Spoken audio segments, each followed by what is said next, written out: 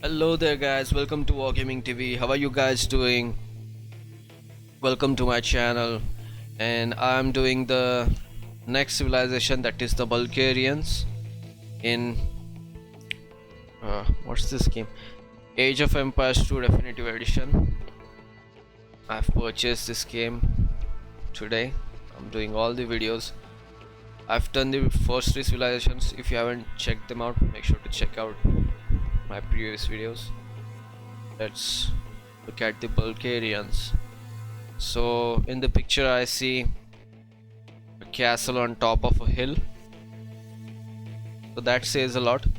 The Bulgarians must be well settled people, having big castles and everything, using castle as a trade and as point for protection of the lands. There must be lords and stuff. Okay. By the 4th century AD, the Roman Empire was struggling to keep control of its vast territory. In the Balkans, different groups seized the opportunity to plunder. Okay, different groups. Who are those groups? The Germanic tribes. While most of these incursions were transient, the raids of two groups were of a more permanent character. From the 6th century on, Slavic tribes began colonizing large seas in present-day Bulgaria. Okay, the Slavs basically means slaves.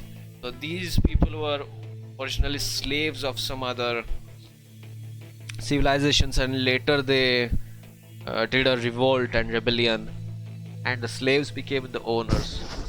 How funny. Who's the boss now? The Slavs said.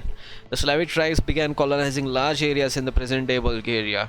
Despite their common culture, they did not develop any state, because they didn't know how to develop any state. They were like, I'm experiencing this authority and this wealth, this land, all of this is mine for the first time. I'm experiencing this, let me enjoy this.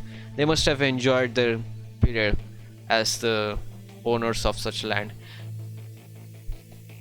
Didn't come to their head to develop a state. This task would be accomplished by the Proto-Bulgarians, semi-nomadic horsemen from Central Asia. Central Asia. Okay, together these newcomers together. So these guys, Slavs and Proto-Bulgarians, or is it only Proto-Bulgarians? Together these newcomers would form Bulgarian people and establish two powerful empires in the medieval Balkans. Around 670 AD, Asparuk, the son of fallen Proto-Bulgarian Khan, king. Actually, Khan means chief, not a king. So there's already some Arabic influence. Led his people to the Danube Delta in search of new grazing grounds. I guess Danube comes in Germany. Correct me if I am wrong. During the following years, Asparuk united the Slavic settlers under his rule. Okay, that's sad. Slaves are again slaves. However, as the successor state to the Roman Empire, the Byzantine Empire still claimed the region. Emperor Constantine IV launched several campaigns to defend his territory but encountered strong resistance. I wonder how Byzantines were. How powerful were the Byzantines? Were they as powerful as the Roman people, or was it just a myth?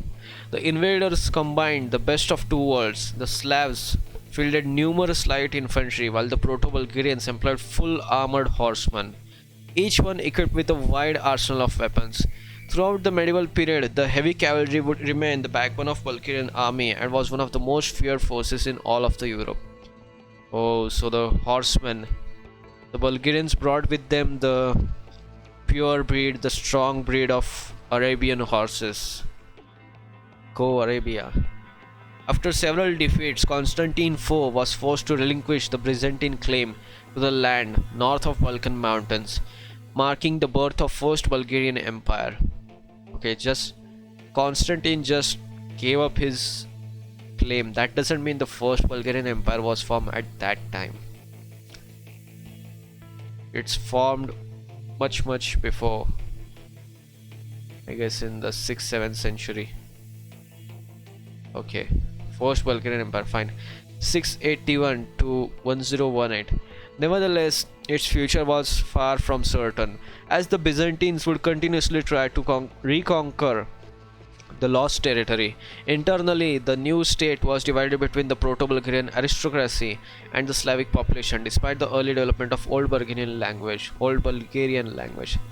Like I said, this is sad. Slaves were like came out of the pot and inside, whatever that's called. Only in the 9th century would Boris the First, what is R, 852 to 889, form the basis of a unified identity by adopting Christianity as the state religion. So Christianity helped build a lot of nations, like uniting a lot of people under a one single religion. That Christianity played a big role in all of this thing. He created a common ground for all ethnic groups. He also founded the Pliska Pre-Salv Literary School, which stimulated the creation of Cyrillic script, allowing the production of written works in the Old Bulgarian language. Under Boris' son, Simeon the Great, R 893 to 927, the First Bulgarian Empire entered a golden age after successful campaigns against the Byzantines and Magyars. Okay, Magyar Hussars. I remember these. Magyar Hussars. Hussars, by the way. My god, those units. Hussars are so awesome. They need only 80 food and something. Okay. So the Magyars. Simeon had expanded the empire to its greatest extent, controlling almost the entirety of Balkans. As art and literature boomed, Bulgaria became the cultural center of Slavic Europe, and Old Bulgarian replaced Greeks as the lingua franca. The wealth to finance these cultures and military campaigns came primarily from the trade. Thanks to its central position between the Rus and Byzantine, Bulgaria functioned as an important trade hub for precious metals, horses, and slaves. Although the intensified trade created some of the highest levels of urbanization in all of Europe, most Bulgarians made a living off agriculture and animal husbandry. So basically, most Bulgarians, by most Bulgarians, these people mean Slavs. The Bulgarian aristocracy basically profited the most from the trade, and the Slavs remained slaves. Common people, the plebs.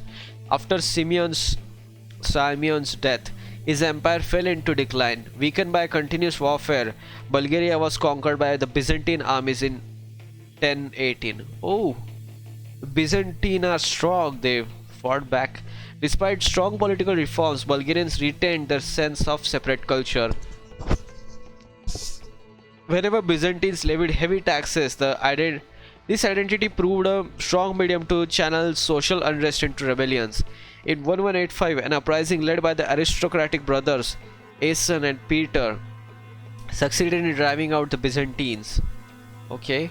The Second Bulgarian Empire, 1186 to 1396, quickly became a major power in the 14th century, making Bulgaria once again the leading cultural center of Slavic Europe. Oh, I'm gonna sneeze.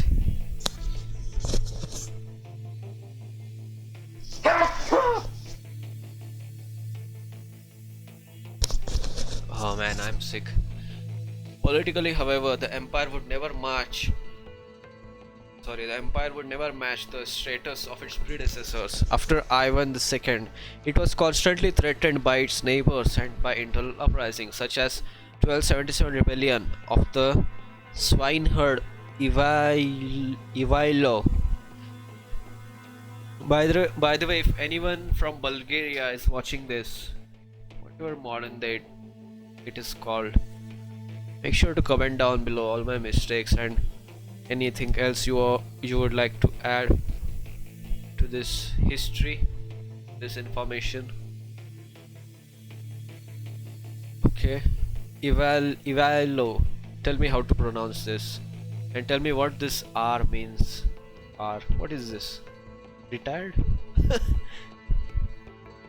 R, what can this R mean? Remain, retired, what?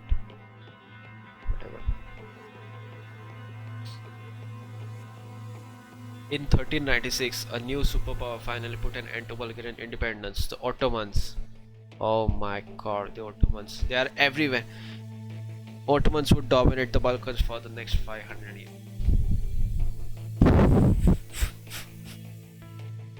So all of this glorious history and bam, here comes the Ottomans.